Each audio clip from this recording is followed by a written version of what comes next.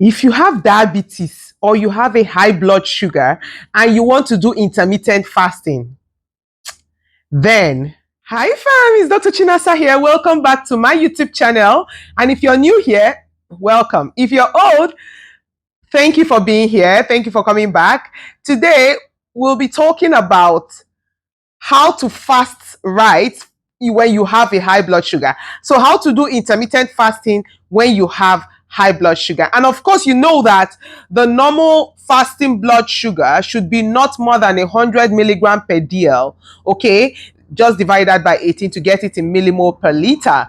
But it is very important that if your fasting blood sugar, that means your blood sugar when you have not eaten in the morning, is be above 100 milligram per DL, then you know that you have to be staying intentional with how you eat, what you eat, when you eat. Now, the question most times I get is, doctor, can I do intermittent fasting when I have diabetes or when I have a high blood sugar?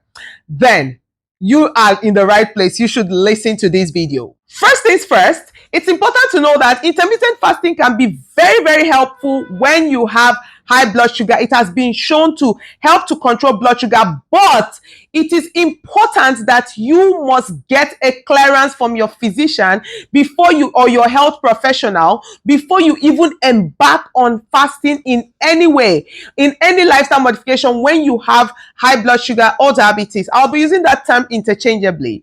It's important for you to know that you must be working with your health professional and let them know this is what you want to do. Then they will guide you accordingly. The second thing you need to do is that you must choose. So when you have a clearance, okay, that, oh, you can do this. Well, first of all, if you have type 1 diabetes, I don't recommend, except under medical supervision. If your doctor or your physician recommends, then that's it. But generally, I don't recommend for type 1 diabetics.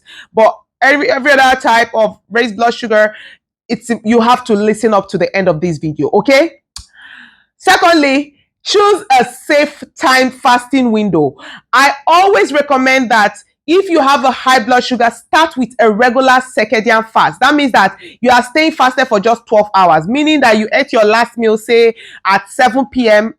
yesterday, and your first meal is around between 7 and 8 a.m. today. That is just basic. That's our typical, you eat dinner and you know, but not that you're eating at 12 midnight. You're eating, you're having that 12-hour window. Start there first. Then gradually you increase your window to, you can eat your last meal at 7 p.m. and your next meal at, say, 9 a.m. the next morning. That is a 14-hour window of fasting. Do you understand how it works? So you have to start with the lowest fasting window, but I always recommend do not go beyond a 16 hours fast.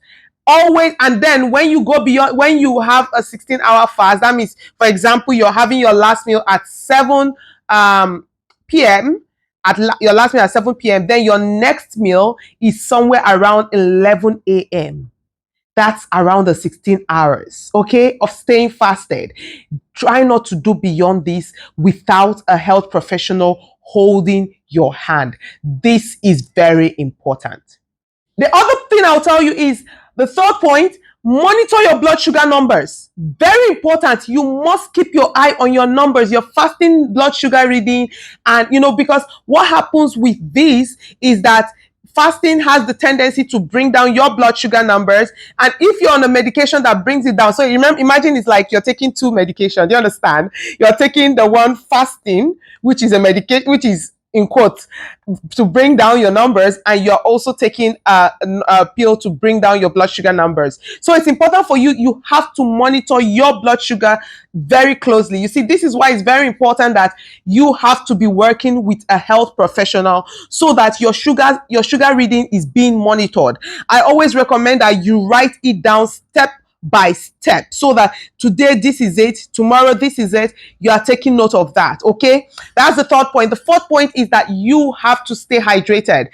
Not negotiable, very important, especially if you have high blood sugar or you're diabetic and you are embarking on intermittent fasting. You cannot be doing a dry fasting, no way. You must be taking water. The fifth point, you have to stay away from processed foods and sugary drinks. What happens if you break your fast with processed food? Say you want to have soda and bread, That's what you want to break your fast with. What happens? You have this rapid sugar spike and it's not good for you. Please, it's very important that you don't want all those, that kind of, alterations or yo-yo in your numbers. Okay, so it's important that you are breaking your fast with wholesome meals. If you've not seen the video of how to break your fast, please just go check that and see how you can break your fast. Okay, I've talked about that before. It's also important that you have to be mindful of everything you feel. If you feel anything that is not pleasant, cut it off. Just stop and have a meal, okay? And have a real meal, have a wholesome meal. That is very important.